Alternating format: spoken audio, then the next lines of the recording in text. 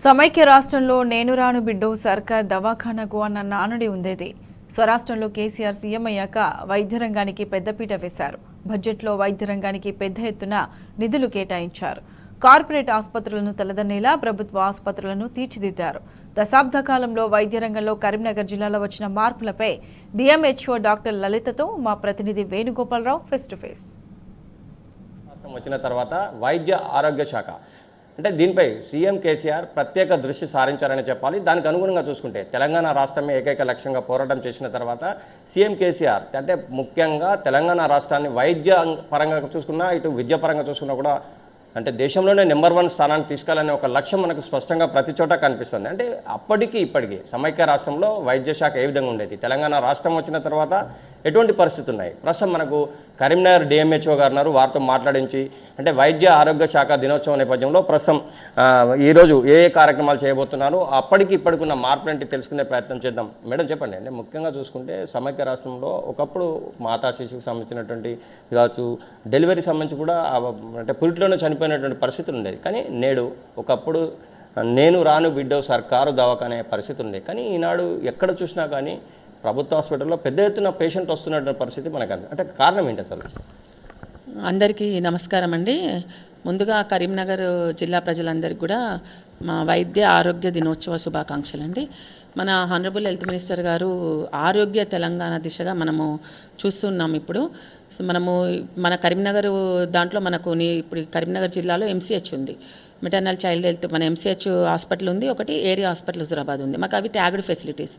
So మనకు ఇదివరకు చూసినప్పుడు మన గవర్నమెంట్ హాస్పిటల్స్కి అసలు ప్రెగ్నెంట్ పేషెంట్స్ అనేటోళ్ళు మనం వేళ్ళతో 5 మెంబర్స్ 2-3 మెంబర్స్ అట్లా వచ్చేవాళ్ళు.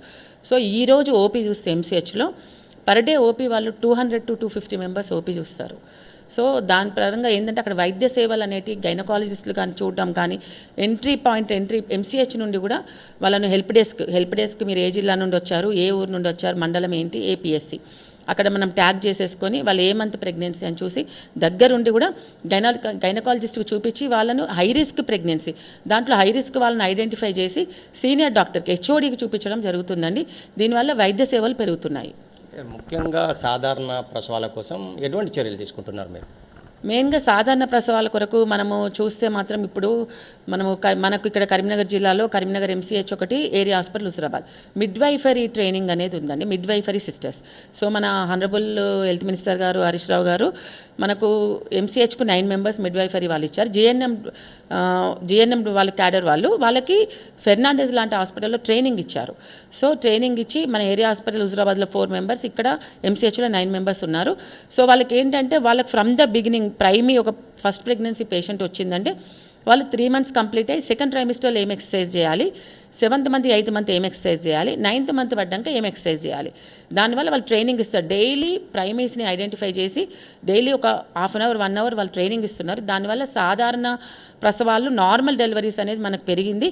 ఇప్పుడు చూస్తే మనకు ఒకప్పుడు 80sలో ఉండే మన సెక్షన్ రేటు, ఇప్పుడు దాని డెలివరీస్ అని పెరిగి ఇప్పుడు మనకు ఆల్మోస్ట్ 63.4 అట్లా నార్మల్ డెలివరీస్ పర్సెంటేజ్ వచ్చిందండి. సో దానివల్ల నార్మల్ డెలివరీస్ అనేవి పెరిగినాయి. ముఖ్యంగా చూసుకుంటే మంత్రి హరీష్ రావు గారు మహిళా ఆరోగ్యశ్రీ ఒక బృహత్తర కార్యక్రమం తీసుకున్నారు. ఎందుకంటే మహిళలు ప్రతి చోట కూడా తమ వ్యక్తిగత సమస్యలు చెప్పుకోలేని నేపథ్యంలో ఒక ట్యూస్డే రోజు ప్రత్యేకంగా ఏర్పాటు చేసినాడు. అంటే దానికి ఎట్లా స్పందన ఉంది? అలాంటి పథకాలు అప్పట్లో, ఇప్పుడు మీరు సీనియర్గా ఉన్నారు, అప్పట్లో ఇలాంటి పథకాలు ఉండేవా, ఇప్పుడు ఎట్లా ఉన్నది? అప్పట్లో నేను ఆల్మోస్ట్ ఎంబీబీఎస్ అయిపోయినాక అండి ఇమీడియట్గా జాబ్లో జాయిన్ అయ్యి ఆల్మోస్ట్ నేను 25 ఇయర్స్ అయిపోతున్నది.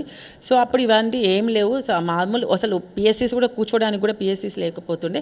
సో ఇప్పుడు పిఎస్సీస్ వచ్చాయి, పిఎస్సీస్ మళ్ళీ రిపేర్స్ రినోవేషన్స్ అవుతున్నాయి, ఎప్పటికప్పుడు అప్డేట్ అవుతున్నాయి, ఇన్ఫ్రాస్ట్రక్చర్ ఇంప్రూవ్ అవుతుంది, ఎన్క్వాస్ వస్తుంది, పిఎస్సీస్కి కాయకల్ప వస్తుంది. సో దీన్ని బట్టి చూస్తే మనకు చాలా డెవలప్మెంట్ ఉంది ఈ 9 ఇయర్స్లో. అన్ని పిఎస్సీస్ కూడా అసలు ఏ కార్పొరేట్ హాస్పిటల్ కూడా ధీటుగా అసలు వాటికంటే కూడా బాగున్నాయి. ఈవెన్ పిఎస్సీసే ఉన్నాయి. డిస్ట్రిక్ట్ హాస్పిటల్ ఎంసీహెచ్ అయితే మాత్రం కార్పొరేట్ సెటప్ కంటే చాలా బాగుందండి. మన ఎంసీహెచ్ చూస్తే ఇప్పుడు మన దగ్గర. సో ఈ విషయానికి వస్తే, ఆరోగ్య మహిళ విషయానికి వస్తే, మనం అందరికి తెలిసి మనకు మార్చి 8 రోజు ఉమెన్స్ డే రోజు మనము ఇనాగ్రేట్ చేసుకున్నాము.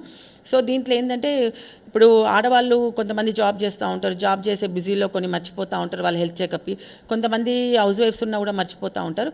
సో మన గవర్నమెంట్ హాస్పిటల్లో మనం ఇప్పుడు మన కరీంనగర్లో 3 ఐడెంటిఫై చేశాము. మనము UPSC BRR MRR colony, PSC Chelpur and PSC Choppadandi. So ఏంటంటే ప్రతి ట్యూస్డే మనం 8 ఎలిమెంట్స్ చూస్తాము. దాంట్లో ఏంటంటే మెయిన్గా మెటర్నల్ హెల్త్ గురించి కాకుండా ఉమెన్స్ హెల్త్ గురించి మనము పీసీఓస్ ఏమన్నా యంగ్ పిల్లలకు లేకపోతే ప్రెగ్నెన్సీ అయి పిల్లలు కాని వాళ్ళకి పీసీఓస్ అంటారు, ఏమైనా నీటి బుడగల్లాగా ఉన్నాయా, ఏమైనా ఓవర్ వెయిట్ ఒబేస్ ఉన్న వాళ్ళకి చూస్తున్నాము, ఏమన్నా ఇన్ఫెక్షన్స్ ఉన్నాయా, థైరాయిడ్ ప్రాబ్లం ఉందా, డయాబెటీస్ ఉందా, హైపర్ టెన్షన్ ఉందా, ఇవన్నీ కూడా చూస్తున్నాం. ప్లస్ క్యాన్సర్కి సంబంధించి మెయిన్ ఫోకస్ చేస్తున్నాం. Cervical cancer, breast cancer and oral cancer. So medical ఆఫీసరే స్వయంగా ఓరల్ ఎగ్జామినేషన్ చేస్తున్నారు. సర్వైకల్ క్యాన్సర్కి సంబంధించి VAA టెస్ట్ చేస్తున్నారు. బ్రెస్ట్ క్యాన్సర్కి సంబంధించి బ్రెస్ట్ ఎగ్జామినేషన్ కూడా చేస్తున్నారు. సో దీంట్లో చూడాల్సింది ఏంటంటే బ్రెస్ట్ ఎగ్జామినేషన్ వాళ్ళు చేశాక ఒకవేళ ఏమైనా లంప్స్ లాంటి బ్రెస్ట్ లంప్స్ కనబడితే మోర్ దెన్ 40 ఇయర్స్కి మనం మ్యామోగ్రామ్ కూడా చేస్తున్నాము. సో ఇప్పటివరకు కరీంనగర్ జిల్లాలో స్క్రీనింగ్ అనేది మనం ఈచ్ PSC ఎవ్రీ వీక్ చూసుకుంటే ఈచ్ PSC 200 లెవెల్లో చేస్తున్నాము. ఆల్మోస్ట్ 4,834 మెంబర్స్కి స్క్రీన్ చేయడం జరిగింది. దాంట్లో మనం మ్యామోగ్రామ్ 37 మెంబర్స్కి మ్యామోగ్రామ్ చేశాము. దాంట్లో ఐడెంటిఫై అయిన వాళ్ళకి కూడా డిస్ట్రిక్ట్ హాస్పిటల్లో సర్జరీ చేయిస్తున్నాము. కొంతమంది క్యాన్సర్, ఒక పేషెంట్ క్యాన్సర్ కూడా ఐడెంటిఫై అయితే కూడా దగ్గరుండి MNGలో కూడా ట్రీట్మెంట్ ఇప్పిస్తున్నాము. అంటే ముఖ్యంగా గ్రామీణ ప్రాంత ప్రజలకు మీరు ఏం సూచన ఇస్తారు? దశాబ్ది ఉత్సవాలు పెద్ద ఎత్తున జరుగుతున్నాయి, ఇన్ని పథకాలు ప్రభుత్వ పరంగా వస్తున్నాయి కదా, అంటే దీన్ని ప్రజలు ఏ విధంగా సద్వినియోగం చేసుకుంటున్నారు? మెయిన్గా ఏంటంటే మనం ఇప్పుడు 9 ఇయర్స్ నుండి మనం ఏమైతే ఆరోగ్య తెలంగాణ దిశగా మనం మెడికల్ అండ్ హెల్త్ డిపార్ట్మెంట్లో ఏమైతే లాంచ్ చేసుకున్నామో, ఏమైతే చేస్తున్నామో, మేము ఏం చేస్తామంటే ANM లెవెల్లో, ఆశా లెవెల్లో, ఫీల్డ్ లెవెల్లో అందరికీ చేరవేస్తున్నాము. So doorstep health services కూడా ఇస్తున్నాము. BP గోళీలు, షుగర్ గోళీలు కూడా డోర్ స్టెప్ ఇస్తున్నాము. సో ప్రజలందరికీ కూడా ఆల్మోస్ట్ మనం వ్యాక్సినేషన్తోని, కోవిడ్తోని ఆల్మోస్ట్ మా UPSCs ఎక్కడినాయి, PSCs ఎక్కడినాయి అన్నీ కూడా ఆల్మోస్ట్ ప్రజలందరికీ కూడా తెలియవచ్చింది. సో అందరికీ ప్రజలకు, కరీంనగర్ జిల్లా ప్రజలకు చెప్పేది ఏంటంటే ప్రతిదీ కూడా ఇప్పుడు మనము డే కేర్ కీమోథెరపీ అని కూడా ఉన్నది డిస్ట్రిక్ట్ హాస్పిటల్లో. అదేంటంటే కీమోథెరపీ, క్యాన్సర్ పేషెంట్స్కి కీమోథెరపీ సెకండ్ సైకిల్ నిమ్స్లో అయినా MNGలో అయినా కూడా థర్డ్ సైకిల్ నుండి మేము ఇక్కడ పర్సనల్గా డే కేర్ కీమోథెరపీ ఇక్కడ ఇస్తాం మేము కీమోథెరపీ. దానివల్ల మీరు లక్షల రూపాయలు కూడా మీరు కార్పొరేట్ హాస్పిటల్లో పెట్టాల్సిన అవసరం లేదు. ఇక్కడ మేము ఫ్రీగా ఇస్తాము. డయాగ్నోస్టిక్ హబ్ కూడా ఉంది. ఒక పేషెంట్కి మొత్తం కంప్లీట్ హెల్త్ ప్రొఫైల్ చేస్తున్నాము. హెల్త్ ప్రొఫైల్ దాంట్లో మనకు బ్లడ్ షుగర్ టెస్టులు, లిపిడ్ ప్రొఫైల్, HbA1c అన్ని టెస్టులు ఉంటాయి. సో మీకు ఆల్మోస్ట్ 2,000 to 2,200 డబ్బులు కూడా మీకు మిగులుతాయి. సో ఒక పేషెంట్ మీద మేము వెచ్చిస్తున్నాం. కాబట్టి ప్రజలందరూ కూడా మన PSC లెవెల్లో, UPSC లెవెల్లో, డిస్ట్రిక్ట్ హాస్పిటల్ లెవెల్లో, MCH లెవెల్లో సర్వీసెస్ కూడా అందరూ యూటిలైజ్ చేసుకోవాలని కోరుకుంటున్నానండి. Okay, thank you.